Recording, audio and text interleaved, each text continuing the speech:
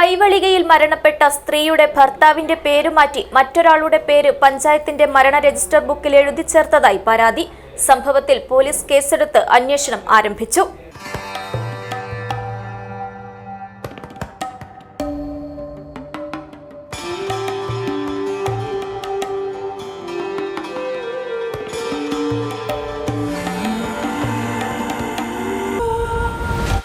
Shopika Weddings, the bridal legacy. മരിച്ച സ്ത്രീയുടെ ഭർത്താവിന്റെ പേര് മായ്ച്ച് മറ്റൊരാളുടെ പേര് പഞ്ചായത്തിന്റെ മരണ രജിസ്റ്റർ ബുക്കിൽ എഴുതി ചേർത്തു. സംഭവത്തിൽ പോലീസ് കേസെടുത്ത് അന്വേഷണം ആരംഭിച്ചു.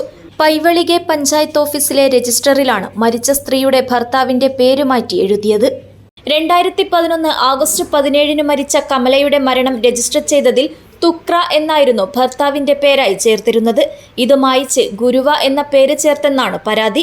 പഞ്ചായത്ത് സെക്രട്ടറി ജില്ലാ പോലീസ് മേധാവിക്ക് നൽകിയ പരാതിയിൽ മഞ്ചേശ്വരം പോലീസാണ് കേസെടുത്തത്. News bureau, Manjeshwaram.